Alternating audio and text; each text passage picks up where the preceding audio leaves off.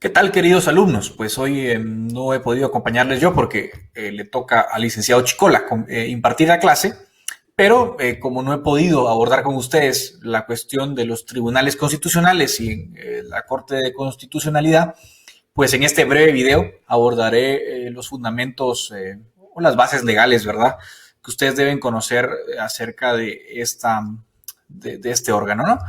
Entonces, haré un breve repaso y luego con el licenciado Chicola hablarán del pretorianismo y la CC. Pues bueno, rápidamente, ¿qué ocurre? En general es difícil hablar del control de constitucionalidad porque generalmente, digamos, la literatura reconoce dos, entre comillas, modelos, que como veremos, en realidad no son modelos, ¿verdad? Ha sido una conceptualización un poco arbitraria que a lo mejor no corresponde tanto con la realidad.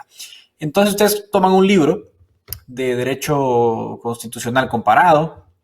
En general les van a hablar de que hay dos modelos de control de constitucionalidad y les dirán que hay el modelo americano y el modelo europeo. Y les dirán que el modelo americano es aquel modelo en el cual todos los tribunales, absolutamente todos los juzgados del de menor rango hasta el de máximo rango, tienen la facultad de revisar, digamos, los actos de gobierno, las leyes, y verificar que sean compatibles con la Constitución.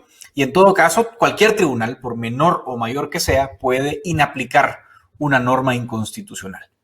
Eso es lo que típicamente se conoce como el modelo americano, a partir de un famoso caso que conoce la Suprema Corte de Estados Unidos, Marbury versus Madison, en el cual pues, se reconoce que los tribunales pueden revisar los actos de gobierno y las leyes y verificar que estén conforme a la Constitución. Entonces, usualmente se habla de ese modelo como el americano y con contraste, digamos, se habla del modelo europeo como lo contrario, como un modelo en el cual hay un órgano, un tribunal constitucional, que es el único órgano que puede conocer los casos relativos a la constitucionalidad de las leyes. Entonces sería lo opuesto al modelo americano, entre comillas, un modelo concentrado en el que un tribunal especializado es el único que puede determinar si una ley es compatible o no con la Constitución. Pero como les digo, estos son modelos muy generales y luego se habla de modelos mixtos en los cuales pues el control está en medio de estos dos modelos. Sin embargo, en la vida real, lo que pasa es que no es tan fácil definir ambos modelos, como lo veremos un poco más adelante. Pero digamos el modelo americano, que es el que ustedes seguramente conocerán de forma popular, es un modelo en el cual hay las siguientes cuatro características. En primer lugar, en el modelo americano, por ejemplo, la Corte Suprema es en todo caso la Corte de Apelaciones definitiva. Digamos, no hay una instancia posterior a la Corte Suprema y su jurisdicción en apelación incluye la revisión judicial.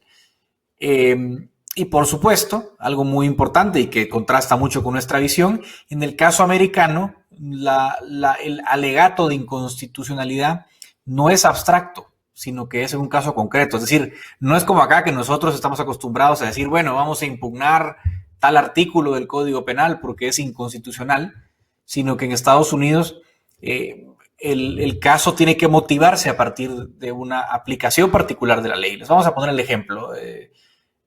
Recientemente la Corte Suprema de Estados Unidos, por ejemplo, resolvió que el gobierno de Estados Unidos no podía finalizar de forma intempestiva el programa DACA, el programa de los Dreamers, ¿no? Entonces alguien afectado por esa decisión demandó digamos, demandó al gobierno americano, a Homeland Security, porque consideraba que ese acto era arbitrario. Lo que estaban discutiendo era el acto concreto.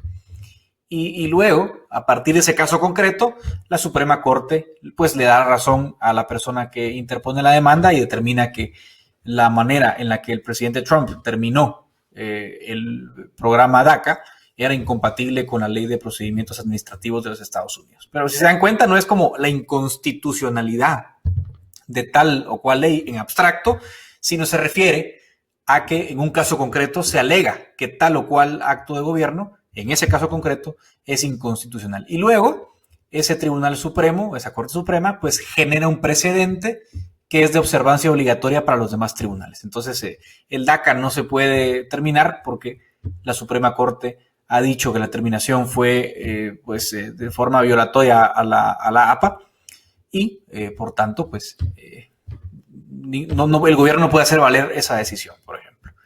Diferente al caso nuestro, que como veremos típicamente en el modelo europeo, lo que suele decirse es que en el modelo europeo, por contraste al modelo americano, digamos que el tribunal sí revisa, digamos, esa ley de forma abstracta, como lo vamos a ver a continuación. Pero el problema que yo les comentaba es que, en general, si bien se habla de modelo europeo y modelo americano, vamos a ver que en la vida real los modelos son muchos y muy distintos. Así que, por ejemplo, si el modelo fuera europeo, uno esperaría que en Europa más o menos los modelos de control de constitucionalidad se parecieran, y lo que vamos a ver es que no es el caso. Por ejemplo, el modelo, digamos, en Noruega, desde el 1866 hay un tribunal supremo que revisa la constitucionalidad de las leyes. Es un tribunal que se parece más al de la Corte Suprema de Estados Unidos que al modelo europeo, digamos, que generalmente uno le enseña en los manuales. Y también hay otros países en los cuales no hay una Corte Suprema o no hay una Corte de Constitucionalidad que pueda revisar la constitucionalidad de las leyes. Eso es muy frecuente, por ejemplo, en el modelo inglés, en el modelo británico. En el modelo británico, pues, de hecho, no había Corte Suprema. Ustedes saben que la Constitución, digamos, del Reino Unido no es una Constitución, digamos, bueno, sí es escrita, pero no es una Constitución explícitamente escrita como la americana. Y generalmente, pues, en el caso del Reino Unido y en el caso de Holanda, por ejemplo, se suele hablar de la soberanía del Parlamento. Entonces es el Parlamento el último intérprete de la Constitución. Nada que ver con el modelo nuestro, nada que ver con lo que uno le enseña como modelo europeo. Y por otra parte, digamos, hay modelos, por ejemplo, como el modelo portugués, que se parece mucho al modelo nuestro. Y usualmente en los manuales a uno le enseña que el modelo portugués es modelo europeo. Y uno lo compara con el de Guatemala y uno dice, bueno, se parece mucho. Y el modelo brasileño también se parece al modelo guatemalteco, y a veces lo identifican con el modelo gringo porque digamos, en Brasil no hay Corte de Constitucionalidad, sino hay pues únicamente una Corte Suprema. Entonces se suele identificar con ese tribunal. Entonces, como veremos, no es tan fácil identificar el modelo europeo, pero en términos generales, para que ustedes lo tengan claro, lo que suele identificarse como el modelo europeo, muy inspirado a partir del modelo francés y el modelo alemán, es que en el modelo europeo, pues hay un tribunal especializado en materia constitucional que es el que tiene el monopolio sobre la decisión de qué leyes son inconstitucionales o no, ¿sí? Y además esa decisión se hace en abstracto, no es a partir de un caso concreto, sino que generalmente es a partir de un control de constitucionalidad en abstracto. Es decir, no hay un caso, no es que alguien esté denunciando en un caso concreto que una ley le afecta o no, sino que simplemente esos tribunales hacen una suerte de revisión de esa ley y ven si es compatible o no con la Constitución. Y en muchos casos, como vamos a ver, esas revisiones de constitucionalidad suelen ser controles previos. Por ejemplo, en el caso alemán, una vez que el Parlamento aprueba la ley, pues se remite al Tribunal Constitucional y el Tribunal Constitucional determina si esa ley tiene alguna incompatibilidad con la Constitución antes de que esa ley entre en vigor. El caso de Guatemala, por ejemplo, como veremos, no es así. Aquí no hay como norma general un control previo de constitucionalidad, salvo en algunos casos, sino que lo que hay es un control posterior. Una vez aprobada la ley, alguien puede pues reclamar la inconstitucionalidad de la ley. Entonces, como veremos, la diferencia entre un modelo americano y un modelo europeo no es como muchos creen, que en el modelo europeo hay una corte constitucional y en el americano no, sino que es mucho más complejo que eso. Así que, obviamente estoy resumiendo de forma muy rápida todo el asunto, pero sigamos un poco aterrizando a Hispanoamérica. Veremos que Guatemala tiene, entre comillas, el primer tribunal constitucional que nace en la Constitución del 65, aunque como veremos, este tribunal constitucional no era permanente como el actual. En realidad, la Corte de Constitucionalidad de la anterior Constitución era una corte que se formaba ad hoc. Cada vez que alguien presentaba una inconstitucionalidad, se integraba la Corte Constitucional y se integraba con el presidente de la Corte Suprema de Justicia, 4 magistrados de la Suprema que éste elegía y luego 7 magistrados de apelaciones por sorteo. Obviamente, como estábamos bajo dictaduras militares, las únicas 4 inconstitucionalidades que se presentaron, 3 fueron declaradas sin lugar, todas eran sobre temas electorales, y la única que fue declarada con lugar, pues fue una inconstitucionalidad que promovió el propio presidente, pues. Entonces, el presidente pidió la inconstitucionalidad y la Corte se la dio. No era un buen referente. Y luego las Cortes de Chile y Perú son pioneras en América Latina, y en los 90s pues han sido Colombia, Ecuador y Bolivia las que se han sumado a este modelo. No es frecuente, como ustedes ven en la región, tener el modelo de Corte Constitucional, es más bien una cuestión, pues es la excepción, ¿verdad? Son menos los países que tienen un tribunal constitucional. Entonces, en el caso nuestro, ¿cómo funciona? Un poco para ir terminando la breve introducción. Como ustedes ven, el artículo 268 de la Constitución define a la Corte con un mandato bastante amplio. Lo define como un tribunal permanente de jurisdicción privativa, cuya función esencial es la defensa del orden constitucional. Entonces, claro, veremos a continuación sus funciones, pero dense cuenta del cariz tan amplio que se le da a la Corte de Constitucionalidad, y lo cual explica, digamos, a lo largo de su vida, cómo esta Corte ha ido pues, tomando protagonismo en la vida política. El modo de designación de la Corte de Constitucionalidad, tienen ustedes que guardarlo presente, no es igual, y ni siquiera se parece al de la Corte Suprema de Justicia, que como lo estudiamos la clase pasada, la Corte Suprema de Justicia la nombra el Congreso a partir de una nómina de una comisión de postulación integrada por los decanos, por miembros del Colegio de Abogados, por representantes del Poder Judicial, etcétera, etcétera. El modelo de Corte de Constitucionalidad, en cambio, es distinto, se renueva cada 5 años y un magistrado es nombrado por el Ejecutivo, uno por el Congreso, uno por la Corte Suprema de Justicia, uno por el Colegio de Abogados y uno por la Universidad de San Carlos, cada quien con sus respectivos suplentes. Es un modelo, digamos, de distribución de poder, ¿verdad? Muy distinto al modelo de Corte Suprema. En general, ¿qué hace la Corte de Constitucionalidad? Pues aquí yo les copio el artículo de la Constitución, pero se los resumo de forma más directa. En general, como marco yo en rojo, una de sus, bueno, sí, el inciso A es muy importante, ¿verdad? Una de las funciones de la CC es conocer en única instancia las inconstitucionalidades de ley en caso abstracto. Es decir, yo digo, mire, la ley de aceptación de cargos, por ejemplo, es inconstitucional. Yo presento una acción con el auxilio de 3 abogados y si la CC me da la razón, esa norma sale del ordenamiento jurídico por inconstitucional, ¿verdad?